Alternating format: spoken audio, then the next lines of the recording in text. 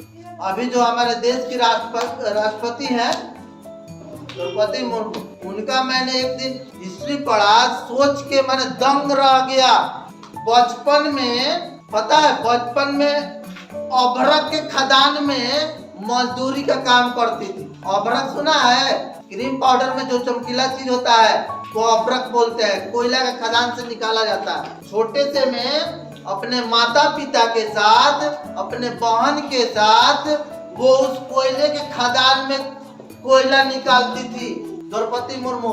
सुनो, एक दिन ऐसा हुआ, अभ्रक के खदान में उनके माँ बाप जाके अभ्रक निकाल रहे थे, ऊपर से माटी गिरा, उसी में दब के वो लोग मर गए बचपने में। सुन रहे हैं?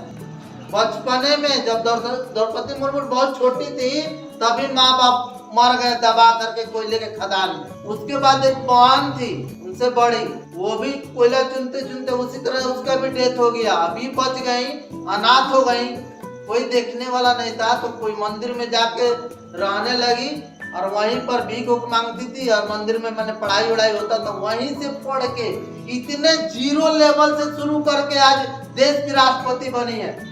एक अनाथ बच्ची, सोचो, तुम लोग की हैसियत तो उनसे बहुत आगे है ना, बहुत अच्छा है ना, है कि नहीं है? बोलो, है ना?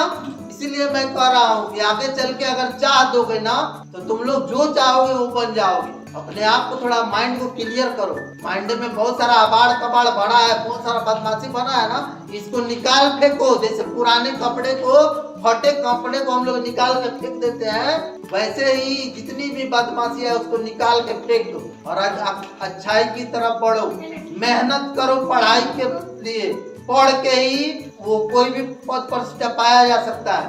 अगर वो कचड़ा ही चुनते रह जाती तो आज भी कचड़ा चुनती वो, लेकिन उन्होंने पढ़ाई के बल पर अपने किस्मत को बदल दिया। उनके किस्मत में था कचड़ा चुनना, लेकिन पढ़ाई के बल पर उन्होंने अपने किस्मत को बदल दिया। तुम लोग भी पढ़ाई के बल पर अपने किस्मत को बदल सकते हो, अपने माता पिता की किस्मत को बदल सकते हो, अपने घर के कंडीशन को, अपने अगल बगल के अड़ोसी पड़ोसी के कंडीशन को, अपने रिश्तेदार के कंडीशन को बदल सकते हो।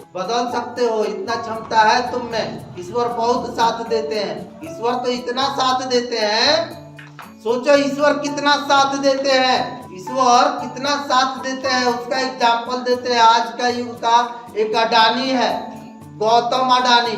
टेम्पू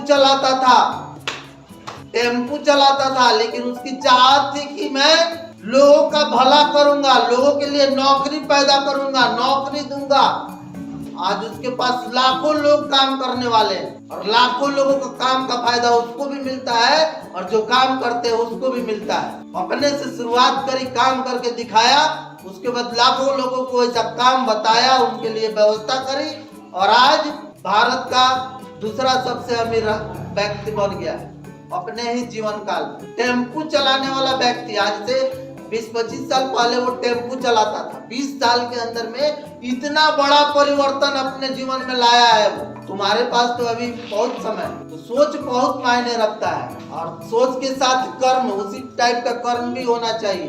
तो मेरी भी चाहत है कि तुम लोग अपने जीवन में ऐसा करो कि लाखों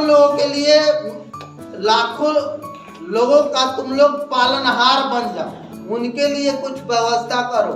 आज से ऐसा मन में भरोगे ना, जिसने भी भरा है वो उसको पूरा हुआ है। देश में सरकार से ज्यादा नौकरी प्राइवेट सेक्टर के कंपनी वालों ने दे रखी है। अगर सरकार के भरोसे अपने ही गांव में देख लेना, 200-300 व्यक्ति में एक आदमी का सरकारी नौकरी है और बाकी सब प्राइवेट कंपनी वाले लोग, इन लोग का भरण पोषण हो रहा है उन्हीं लोगों की कंपनी से। तो ऐसा सोचो कि आगे चल के तुम लोग लोगों के लिए कुछ कर सको। और सबसे पहले लोगों को करने से पहले अपने माँ बाप के लिए करना पड़ता है। और माँ बाप के लिए जो करता है उसको आशीर्वाद मिलता है, तो वो लोगों के लिए करना शुरू हो जाता है। माँ बाप के लिए करना तो आज से चाहोगे तो आज से शुरू कर दो।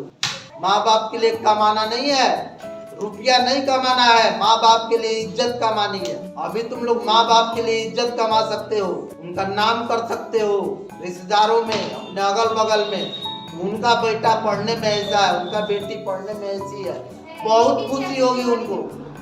और इससे ज्यादा खुशी की आवश्यकता नहीं है माँ बाप।